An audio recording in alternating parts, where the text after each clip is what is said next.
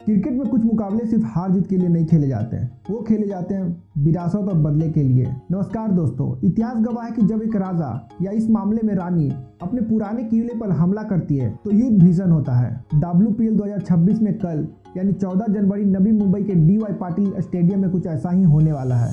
एक तरफ है दिल्ली कैपिटल्स, युवा आक्रामक और अपनी नई कप्तान जेमिमा रेड्डीज के नेतृत्व में खून की प्यासी, और दूसरी तरफ खड़ी है यूपी वॉरियर्स जिसकी कमान संभाल रही है द बॉस मेग लीनिंग। जी हाँ, वही मेग लीनिंग जिन्होंने दिल्ली को सींच कर बड़ा किया था, अब वो दिल्ली को गिराने आ रही हैं। दोनों टीमें घायल शेरनी की तरह हैं। दिल्ली 209 रन बनाकर भी हार गई और यूपी को RCB ने शर्मनाक तरीके से हराया। कल जो हारेगा उसके लिए टूर्नामेंट में वापसी का रास्ता लगभग बंद हो जाएगा। आज के इस मेगा प्रीव्यू में हम करेंगे इस मैच का सबसे गहरा विश्लेषण। पिच की मिट्टी से लेकर खिलाड़ियों के दिमाग तक सब कुछ डिकोड करेंगे। कुर्सी की पेटी बांध लीजिए क्योंकि यह वीडियो थोड़ा लंबा लेकिन बहुत ही धांसू होने वाला है। सबसे पहले चलते हैं युद्ध के मैदान पर। Doctor DY Patil sports academy Navi Mumbai.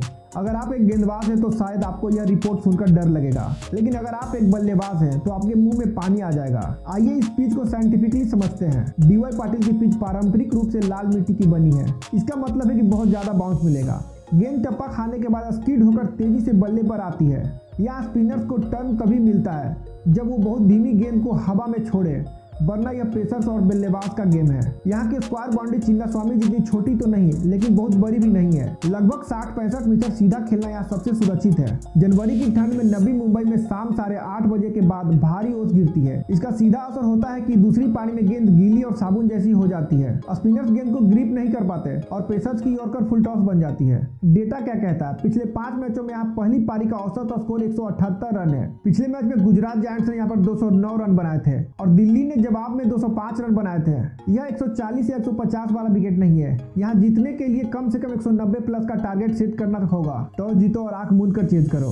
अब बात करते हैं होम टीम दिल्ली कैपिटल्स की। अगर आप मुझसे पूछे तो दिल्ली इस समय टूर्नामेंट की सबसे बदकिस्मत टीम है। वो अच्छा खेल रहे हैं लेकिन फिनिशिंग लाइन क्रॉस नहीं कर पा रहे हैं। आइए उनकी टीम को डिकोड करते हैं। The opening fire power Lizelle Lee और शेफाली वर्मा की जोड़ी WPL की सबसे खतरनाक जोड़ी है। लिजेल ली ने पिछले मैच में जो 86 रन बनाए उसने दिखा दिया कि वो किस फॉर्म में है। शेफाली वर्मा का रोल साफ है, देखो और मारो। लेकिन शेफाली की समस्या यह है कि वो 30-40 रन बनाने के बाद अपना विकेट फेंक देती है। कल उन्हें लंबी पारी खेलनी होगी। मिडिल ऑर्डर की रीड जेमिना बोल्डवार्ट, लॉरा बोल्डवार्ट क्लास का दूसरा नाम है। जब शेफाली आउट होती है तो बोल्डवार्ट पारी को संभालती है, लेकिन असली दबाव जेमिमा रोड्रिग्स पर है। कप्तानी का बोझ उनकी बल्लेबाजी पर दिख रहा है। उन्हें कल एंकर का रोल छोड़कर इंपैक्ट प्लेयर बनना होगा। The x factor Nandini Sharma. दोस्तों इस नाम को रट लीजिए। पिछले मैच में गुजरात के खिलाफ हैट्रिक लेकर नंदिनी ने इतिहास रच दिया था। उनकी ताकत है उनकी लाइन और लेंथ। वो एक ऐसी स्पिनर है जो कि पावर प्ले में भी गेंदबाजी कर सकती है और डेथ ओवर्स में भी। यूपी के राइट हैंडर्स के खिलाफ कल वो एक ट्रम्प कार्ड साबित होंगी। मरिजान कैप को छोड़कर बाकी कोई भी पेसर भरोसेमंद नहीं लग रहा। शिखा पांडे और राधा यादव को रन पड़ रहे हैं। अगर DC को जीतना है तो उन्हें डेथ ओवर्स में यॉर्कर पर काम करना होगा। अब चलते हैं विरोधी खेमे में। UP warriors. कागजों पर यह टीम बहुत मजबूत है लेकिन मैदान पर इनका तालमेल बिगड़ा हुआ है। मेग लीनिंग दुनिया की सबसे चालाक कप्तान है लेकिन बतौर बल्लेबाज वो संघर्ष कर रही है। हालांकि अपनी पुरानी टीम DC के खिलाफ उनका रिकॉर्ड हमेशा शानदार रहा है। कल वो एक्स्ट्रा मोटिवेटेड होंगी। तहालिया मेग्रा और ग्रेस हैरिस अगर खेलती हैं या फिर डियांड्रा डॉटिन, ये सब बड़े नाम है लेकिन चल नहीं रहे। फोबे लिचफील्ड इकलौती ऐसी खिलाड़ी है जो फॉर्म में दिख रही है। यूपी की समस्या यह है कि वह स्पिन के खिलाफ फंस रहे हैं और दिल्ली के पास अच्छे स्पिनर्स हैं। यूपी की असली ताकत उनकी स्पिन गेंदबाजी है। सोफी एलेक्स्टोन दुनिया की नंबर 1 गेंदबाज है और दीप्ति शर्मा की कंजूसी भरी गेंदबाजी किसी टीम को घुटने पर ला सकती है। लेकिन DY पाटिल की पाटा पिच पर स्पिनर्स के लिए मदद कम है। यही इनकी असली परीक्षा होगी। किरण नवगिरे को फिनिशर्स के तौर पर इस्तेमाल किया जा रहा है लेकिन कंसिस्टेंसी नहीं दिखा पा रही है। टीम को आखिरी 5 ओवरों में 50 से 60 रन बनाने का फॉर्मूला ढूंढना होगा। क्रिकेट सिर्फ टीम गेम नहीं बल्कि खिलाड़ी बनाम खिलाड़ी की जंग है। कल के मैच में 3 बैटर्स मैच का रुख तय करेंगे। मरिजान कैप वर्सेस मैग लीनिंग, यह सबसे बड़ा मुकाबला है। मरिजान कैप नई गेंदों से दोनों तरफ स्विंग करती है और मैग लीनिंग अक्सर शुरुआती ओवर्सों में इन स्विंग पर फंसती है। कैप जानती है कि लीनिंग की कमजोरी क्या है क्योंकि उन्होंने सालों तक ड्रेसिंग रूम शेयर किया है। अगर कैप ने पावर प्ले में लीनिंग को आउट कर दिया तो यूपी 50% मैच वहीं हार जाएगी। Battle number 2, Sophie Ecclestone versus Shafali Verma. Shafali Verma को लेफ्ट आर्म स्पिन पसंद नहीं है लेकिन वो रुकने वालों में से नहीं है। सोफी गेंद को हवा में तेज फेंकती है ताकि बल्लेबाज कदमों का इस्तेमाल न कर सके। शेफाली सोफी को टारगेट करेंगी या संभल कर खेलेंगी, यही वो पल होगा जहां मैच पलटेगा।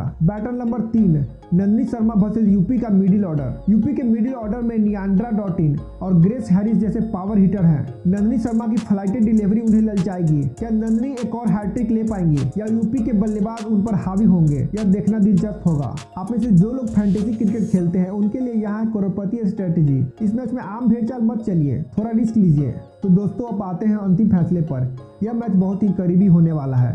दोनों टीमों की ताकत उनकी बैटिंग है और कमजोरी उनकी डेथ बॉलिंग।